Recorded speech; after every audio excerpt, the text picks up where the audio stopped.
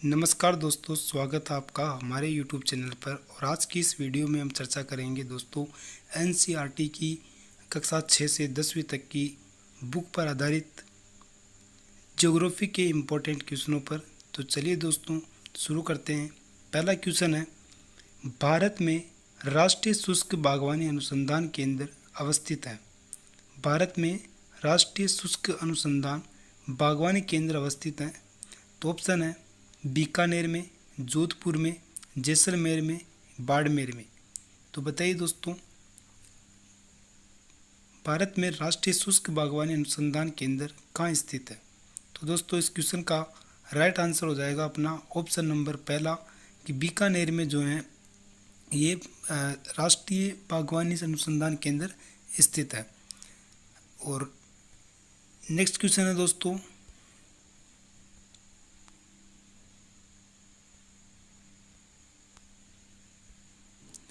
निम्नलिखित में से कौन सा पेड़ गोंद का अच्छा स्रोत है? ऑप्शन है सागवान, सालर, तेंदू, गुर्जन।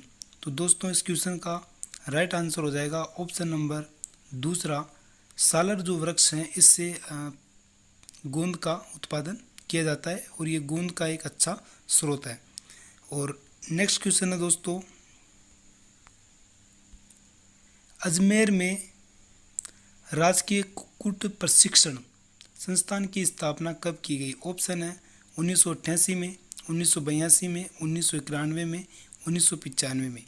तो दोस्तों इस क्वेश्चन का सही आंसर होगा ऑप्शन नंबर पहला, 1988 में जो है राजकीय कुक्कुट प्रशिक्षण संस्थान की स्थापना की गई थी और ये किस ज़िले में की गई थी? राजस्थान के अजमेर में। और नेक्स्ट क्वेश्चन है दोस्तों, राजस्थान में रामपुरा आगूचा की कान जिसके उत्पादन के लिए प्रसिद्ध है वह है? ऑप्शन है लोहेस के लिए, सीसा दस्ता के लिए, अभ्रक के लिए, रॉक फॉस्फेट के लिए। तो दोस्तों रामपुरा आगूचा की कान किसके लिए प्रसिद्ध है ये बताना है, किस खनिज के लिए प्रसिद्ध है?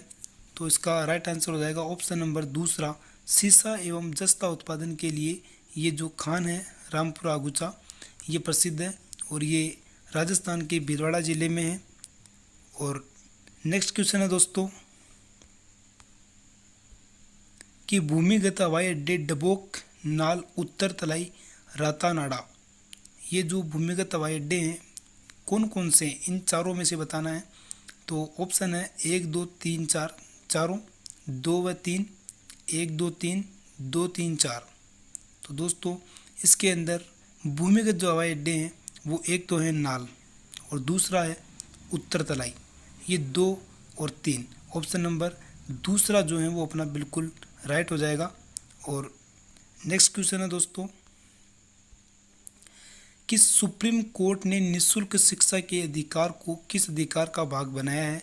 ऑप्शन है जीवन का अधिकार, शोषण के विरुद्ध अधिकार, विचार और अभिव्यक्ति की स्वतंत्रता का अधिकार और चौथा है सांस्कृतिक और शैक्षिक अधिकार। तो दोस्तों इस क्वेश्चन का राइट आंसर हो जाएगा अपना ऑप्शन नंबर पहला, जीवन का अधिकार शिक्षा के निःशुल्क अधिकार को बनाया है। इसका ऑप्शन नंबर पहला बिल्कुल राइट है। और नेक्स्ट क्वेश्चन है दोस्तों कि निम्न में से झील और जिले का कौन सा युग्म सुमेलित नहीं है? ऑप्शन है कावोद जैसलमेर, दूसरा है डेगाना नागौर, तीसरा है कोछोर जयपुर, चौथा है तालाबशाही धौलपुर। तो दोस्तों इसके अंदर जो है कावोद जैसलमेर ये ठीक है और डेगाना नागौर ये भी ठीक है और तालाबशाही धौलपुर ये भी ठीक है। कोछोर जयपुर ये ऑप्शन गलत है दोस्तों। कोछोर जो झील है वो जयपुर में नहीं है।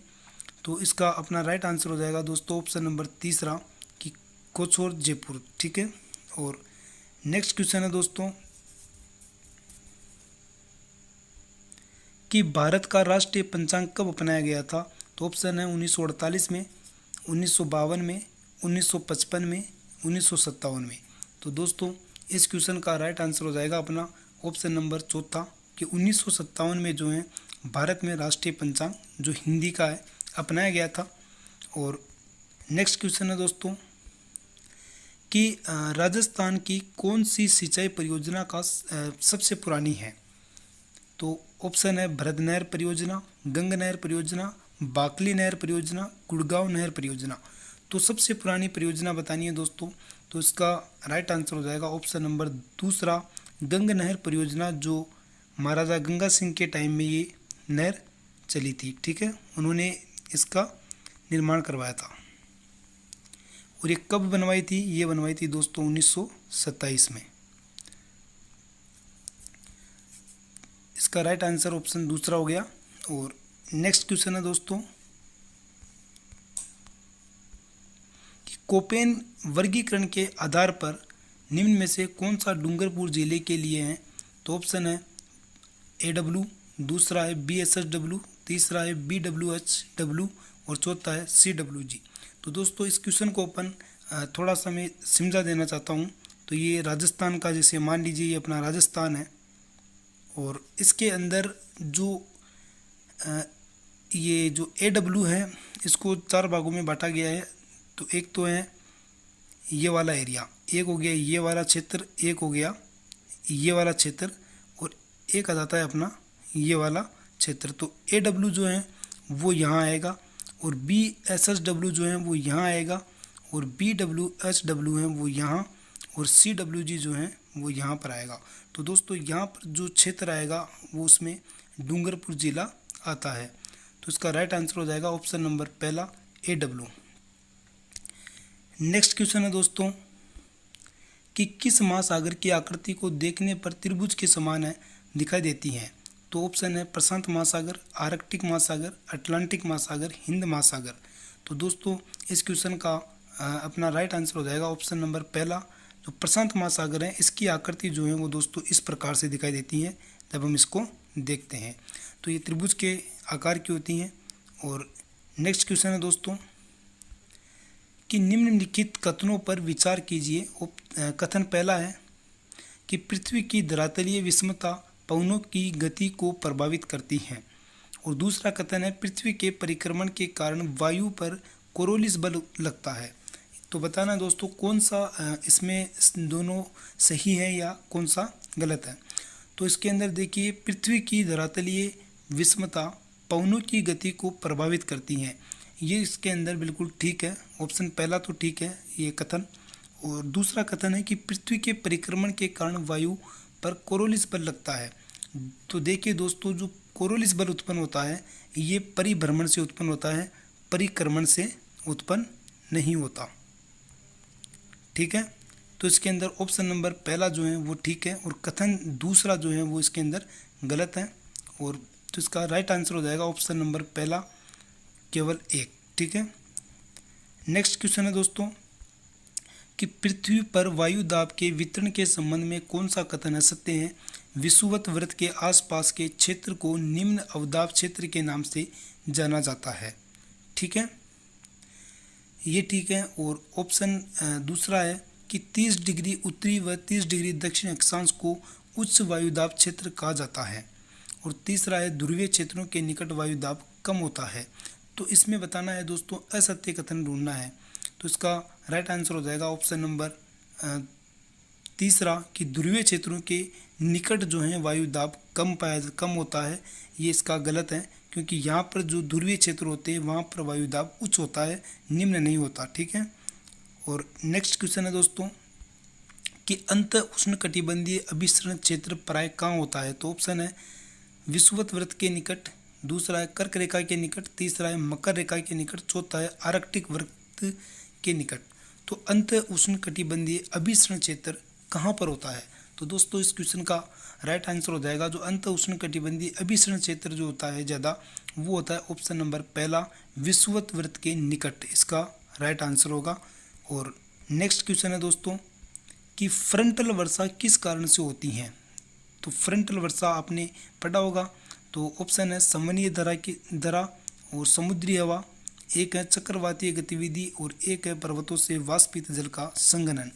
तो फ्रंटल जो वर्षा है वो किस कारण से होती है दोस्तों? तो इस क्वेश्चन का राइट आंसर अपना हो जाएगा ऑप्शन नंबर तीसरा, चक्रवातीय गतिविधि के कारण जो है फ्रंटल वर्षा होती है। और नेक्स्ट क्वेश्चन है दोस्तों कि चक्रवात की दिशा क्या होती है? ऑप्शन पहला है उत्तरी गोलार्ध में घड़ी की सुई के विपरीत और दक्षिणी गोलार्ध में घड़ी की सुई के अनुकूल। दूसरा है उत्तरी गोलार्ध में घड़ी की सुई के अनुकूल और दक्षिणी गोलार्ध में घड़ी की सुई के विपरीत। और तीसरा है उत्तरी गोलार्ध में घड़ी की विपरीत दिशा और दक्षिणी गोलार्ध में घड़ी के सुई के विपरीत। और चौथा है उत्तरी गोलार्ध में दक्षिणी ध्रुव गोलार्ध दोनों में जो है घड़ी के सुई के अनुकूल। तो दोस्तों चक्रवात की जो दिशा होती हैं वो होती हैं दोस्तों उत्तरी गोलार्ध में सुई के विपरीत होती हैं, घड़ी की सुई के विपरीत होती हैं। जैसे ये गोलार्ध है, ठीक है, तो इसके अंदर क्या होता है कि ये तो होती हैं उत्तरी दिशा में इसकी दिशा, और दक्षिण की तरफ अगर बात करते हैं तो दक्षिणी गोलार्ध में, तो उत्तरी गोलार्ध में घड़ी की सुई के विपरीत होती हैं और दक्षिणी गोलार्ध में जो है इसकी दिशा घड़ी की सुई की दिशा के अनुकूल होती है। तो दोस्तों ये इस क्वेश्चन का राइट आंसर हो जाएगा ऑप्शन नंबर पहला, ठीक है। और नेक्स्ट क्वेश्चन है दोस्तों कि ग्लोब पर वह व्रत जो दिन रात को विभाजित करता है क्या कहलाता है। ऑप्शन है दीप्ति व्रत, प्रदीप्ति व्रत, अदीप्ति व्रत और चौथा है ग्लोबीय व्रत। तो दोस्तों इस क्वेश्चन का राइट आंसर हो जाएगा ऑप्शन नंबर दूसरा, प्रदीप्ति व्रत क्या कहलाता है, ये जो उसके ऊपर दिन रात को बताता है। तो ये हो जाएगा दोस्तों इसके अंदर प्रदीप्ति व्रत। और नेक्स्ट क्वेश्चन है दोस्तों कि ध्रुवों की तरफ जाने पर अक्षांश रेखाओं के व्यास की प्रकृति कैसी होती है। जैसे ये मान लीजिए पृथ्वी है, अब जैसे यहाँ पे ये अक्षांश रेखा है, ठीक है, ये अक्षांश रेखाएं खींची हुई हैं,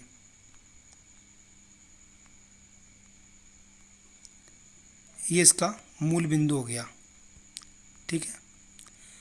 तो प्रकृति कैसी होती है अक्षांश रेखाओं की, जब ये व्यास की प्रकृति कैसी होती है, जब ये ध्रुवों की तरफ जाते हैं तो यह स्थिर रहता है, ये घटता है, यह बढ़ता है, पहले घटता है पुनः बढ़ता है। तो दोस्तों यहाँ से इधर से अगर हम ऊपर की तरफ जाएंगे तो यहाँ पर साफ दिखाई दे रहा है कि जो अक्षांश रेखाओं के व्यास की प्रकृति है वो कैसी हो रही है, घट रही है। तो ऑप्शन नंबर दूसरा जो है वो अपना राइट आंसर हो जाएगा, ठीक है। और नेक्स्ट क्वेश्चन है दोस्तों कि सौर मंडल के 4 सबसे विशाल ग्रह अवरोही क्रम में हैं। तो ऑप्शन है पहला बृहस्पति, बुध, शनि और यूरेनस, दूसरा है बृहस्पति, शनि और नेपच्यून, तीसरा है बृहस्पति, शनि, यूरेनस और नेपच्यून और चौथा है बृहस्पति, बुध, शनि और नेपच्यून। तो दोस्तों इस क्वेश्चन का राइट आंसर अपना हो जाएगा ऑप्शन नंबर तीसरा, बृहस्पति, शनि और यूरेनस, ये जो हैं विशाल ग्रह हैं जो अवरोही क्रम में हैं। और नेक्स्ट क्वेश्चन है दोस्तों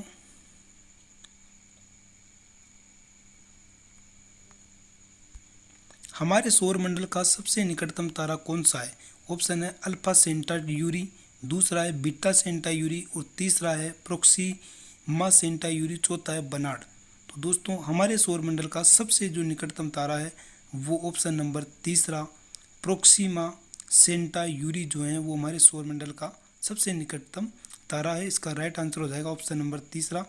और नेक्स्ट क्वेश्चन है दोस्तों कि निम्नलिखित में से कौन भूमि बंधित नदी है।